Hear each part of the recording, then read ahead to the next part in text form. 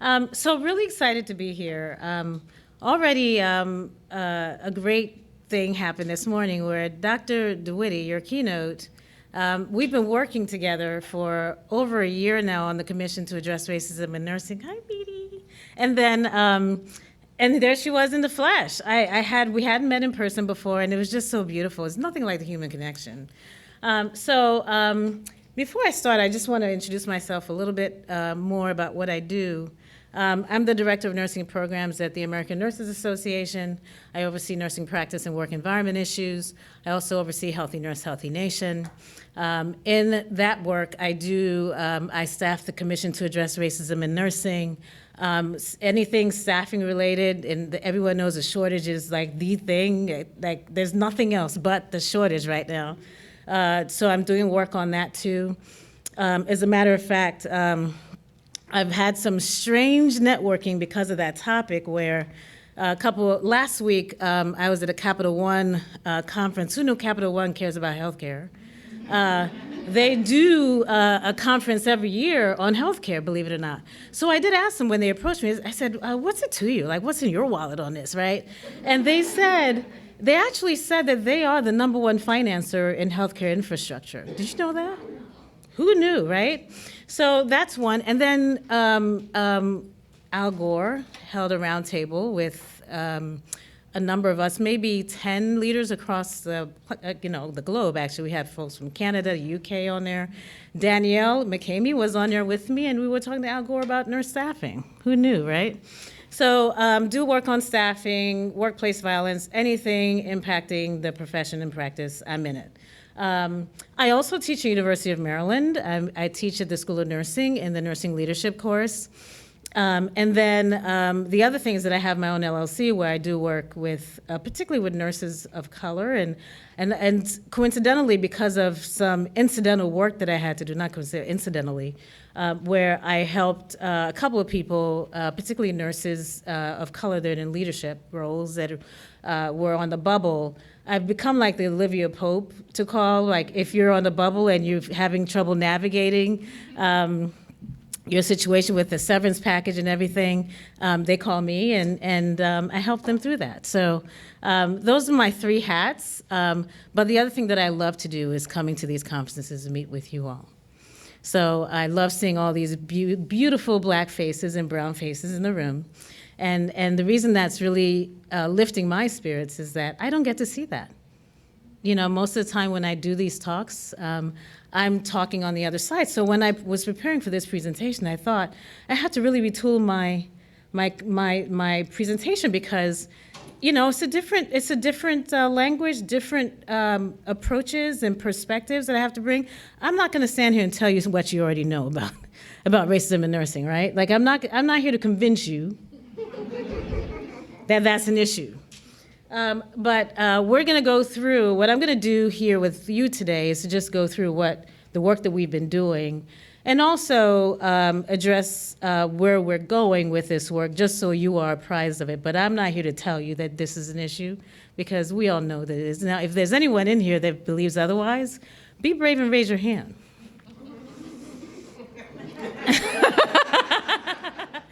All right, so these are my objectives. Everyone can read them, pretty self-explanatory. We're going to talk about the psychological safety impact, and I'm going to try to speed through this because I want to get to the meatier part of this, which is the conversations, right? That's the most important piece. Analyzing the role of structural and systemic racism, and of course, advancing the agenda to really make sure that we set the climate to what it needs to be. Everyone knows about Mary Eliza Mahoney. And the reason I always put this in my slides because I feel that I have a responsibility to make sure that the story is right on her, where even though we celebrate her as the first Black professional nurse, she went through a lot. Imagine in Massachusetts being the only, right? In 2022, we struggle with being the only. So imagine during that time with her being the only. And when you think about what we see today, where she was not the only Black nurse in her program. The others that were in the program with her were weeded out. When she finally made it through and she finished her program, In the hospital, she was never able to practice in a hospital after she finished. The only time she was able to make it back into a hospital was when she was dying of ovarian cancer, right? So she was really in a place where she had to practice in communities, particularly Black communities. She could work in white communities, but if she did, she would be seen as the help. And when, in those cases, because she needed to earn a check, when she was treated as a help, she was a proud woman, very small in stature, but not someone to be messed with. And she made it very clear that even though you see me like that, I'm not gonna allow you to treat me like that. So when food was set for her and the other help in the kitchen to eat, she always got up and sat and ate somewhere else. Sometimes it meant sitting outside in the cold, and we know it can get cold in Massachusetts, but she had a point to make. And I think that's the key takeaway for me in terms of this work that I do. Even when the road is long and weary, I try to make my point everywhere I go. Another thing that she did, as much as she earned very meager wages, she was big on buying burial plots. And and she bought burial plots for people that she knew and people that needed that help. And she made sure, even though she didn't have much, she bought her own burial plot. Sadly, though, she was in an unmarked grave. And thankfully, the National Association of Colored Graduate Nurses helped find her gravesite, where she was buried, and it took a lot for them to dig through a lot of twigs and dirt and leaves to figure out, with a marker that was buried under the dirt, to find where she was actually buried, and they put that headstone up. This history here is really about how representation for nurses of color, particularly Black nurses, was an issue back in, prior to the civil rights era. And this is an excerpt from the foundational report that the commission released earlier, a few months ago. And here you see a lot in terms of, the fact that, the segregation that occurred and how it impacted Black nurses' ability to practice, where they feel that, and most of the time they were banished to practice, particularly in the North, in Black hospitals or Black institutions of care. But the other thing that I want to highlight here is the fact that even when there was a situation where a Black nurse had to care for a white nurse, even though the white patient, even though the Black nurse was the authority in terms of helping with managing care, the white nurse didn't want to hear it. The white patient didn't want to hear it, right? There was that dynamic that had to be managed as well. So to talk about the commission, these are the organizations that are part of the commission that we've set up. It was set up in January of 2021. And it's really ANA and NCEMA, NON, and NBNA. Want to make sure I emphasize that because we don't want it to be seen as a primarily Black, an ANA cause. It's really about all the minority associations that are a part of it. And we have a longer list of commissioners from a number of associations and organizations that are part of this work. But NCEMA, NON, and NBNA are part of the lead structure to help move the work and advance our cause. We decided that we wanted to create a definition of racism because the definitions that we saw out there were not sufficient to how we wanted to hit the mark on this. So the commission came up with this definition. If anyone knows Dr. Ramay Alexander in North Carolina, she's our scholar in residence, and she helped us tremendously with getting to this point. Racism, as far as we know, is defined as assaults on the human spirit in the form of actions, biases, prejudices, and an ideology of superiority based on race that persistently cause moral suffering and physical harm of individuals and perpetuate systemic injustices and inequities. We also just finished our definition of allyship, which will be coming out soon. The reason we felt that we needed to do that is because everybody knows that nursing is not diverse. And ever since we released our reckoning statement, which I'll share with you in a few, we've heard from a number of nurses that are not of color that we are trying to politicize the profession and care, nursing care. Even hearing that, we're engaging in wokeism, and I know you guys have probably seen the headlines about some boards of nursing that are requiring for licensure for you to do implicit bias training, and there's some pushback on that. And this is where we continue to hear the theme that, I don't see color when I practice. And that triggers us, right? Like saying, I have a black friend. Because we want to be seen for who we are. And we want to be met where we are. So that's part of the educational opportunity that we have all around. So we did some listening sessions, and this is some of the feedback that we got from listening sessions. We did an open call. We had people of every creed and color and background that participated in it. We heard feedback around nursing is one of the most racist professions outside of law enforcement. Many black girls don't make it through the program. I've been told that people like me don't ever get anywhere.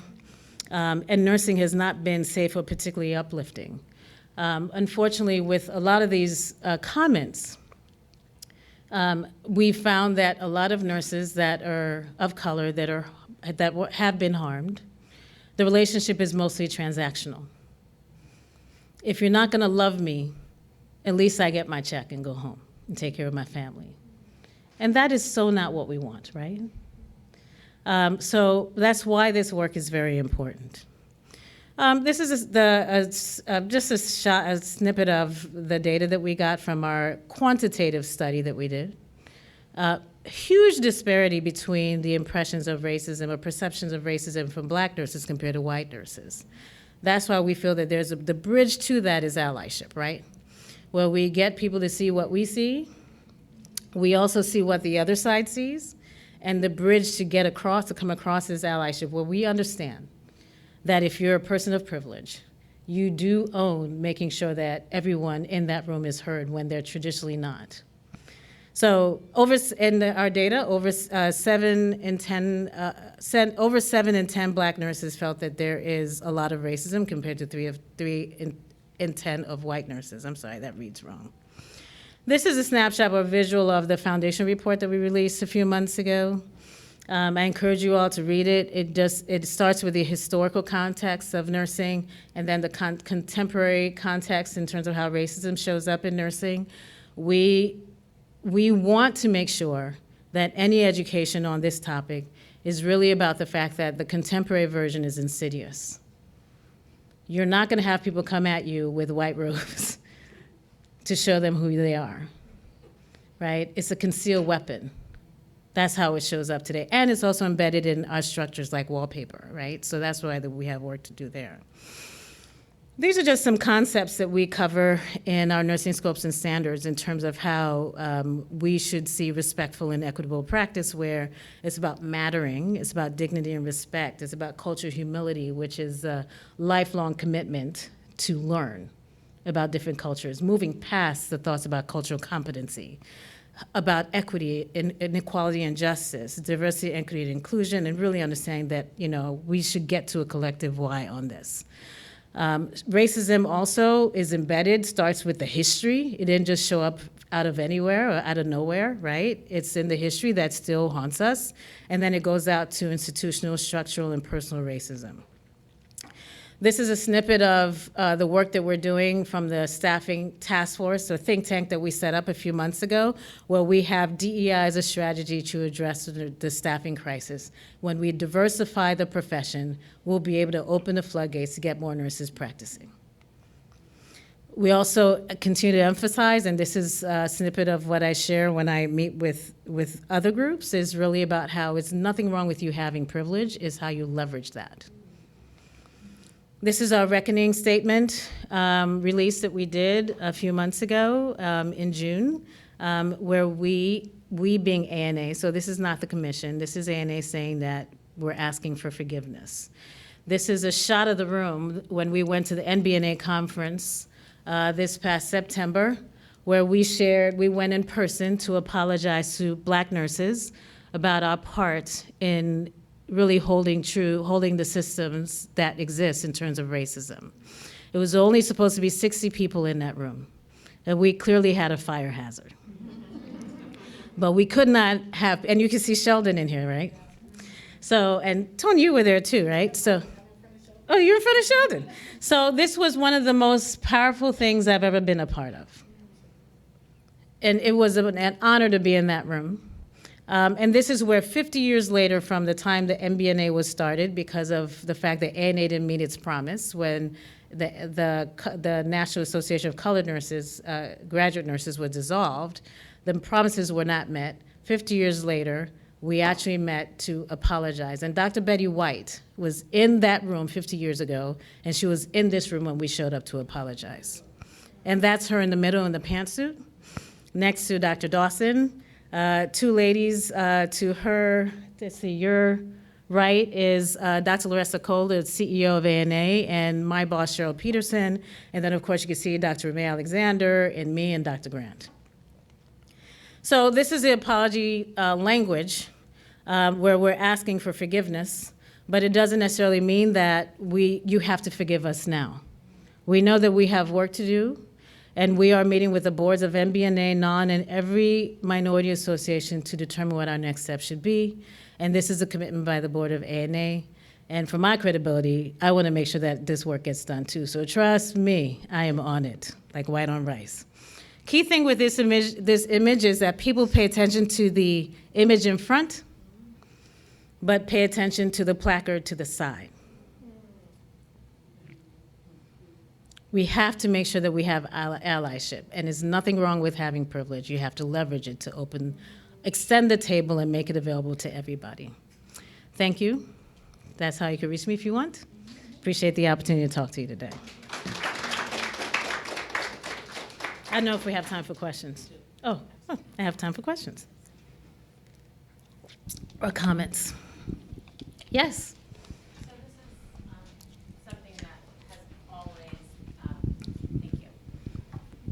This is something that has always struck me.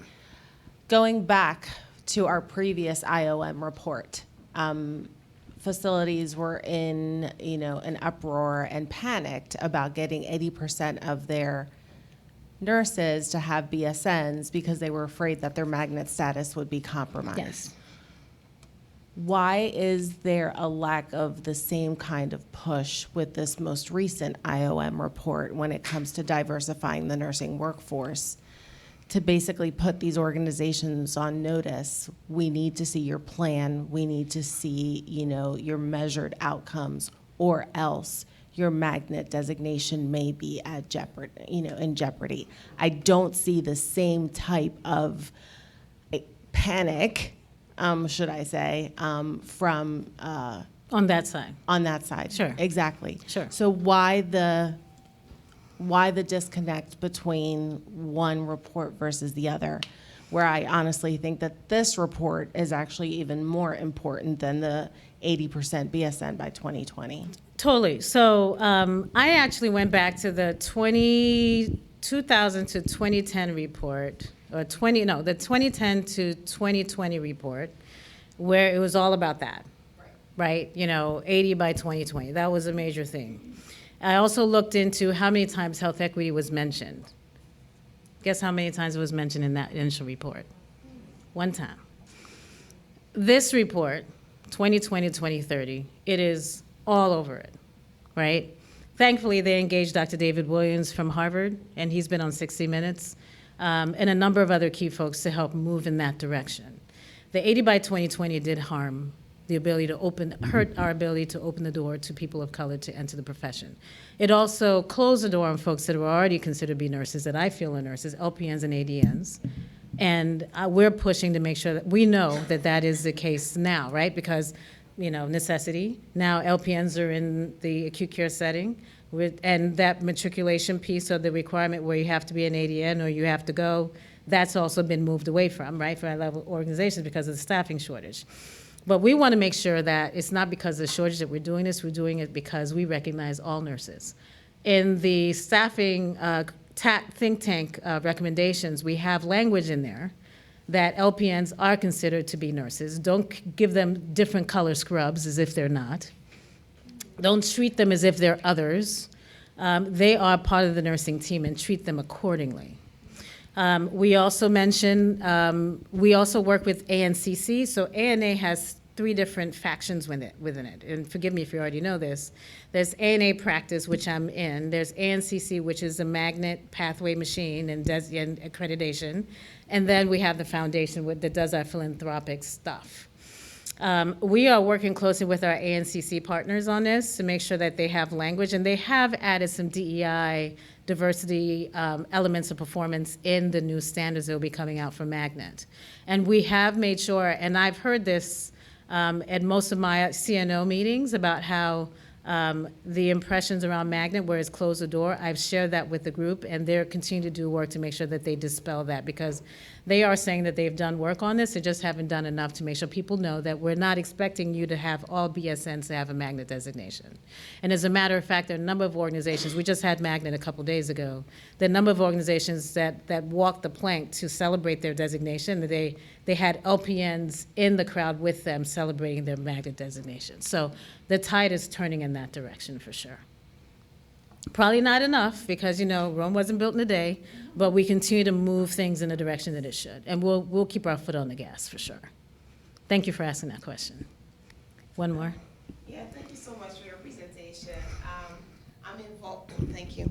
I'm involved with the DEI initiatives at the medical center where I work. I'm the chair of the Nursing Diversity Committee there. And the challenge I've found is just even getting the nurses of minority ethnicity to participate in the group. Sure. People are reluctant to come to meetings, and when they do show up, they don't want to speak. Another challenge is just in terms of the nursing leaders. We get people refer their friends to come into the medical system, but then microaggressions, they end up leaving within a year. So it's really been challenging. So my question for you is how have you seen what's been the best practice in getting people to participate, more participation, and also in working with the nurse managers, because people come in, but the managers still have their biases, they're not going to stay in the workforce. Yeah, that's a great question. So there are three things at play here, right? There is trust, right? Is this really going to make the change that we need to see? And especially for folks who have been in this for so long, that weathering. There's also that element of being sick and tired of being sick and tired, right? And then there's a psychological safety component too, right? If I go to these meetings and I participate, what does that mean when I share my story about what that other nurse did to me yesterday? Now, we have, in our research, we actually saw that most nurses that experience racism, Black nurses particularly, experience it from their manager. So until the environment is safe for people to share stories,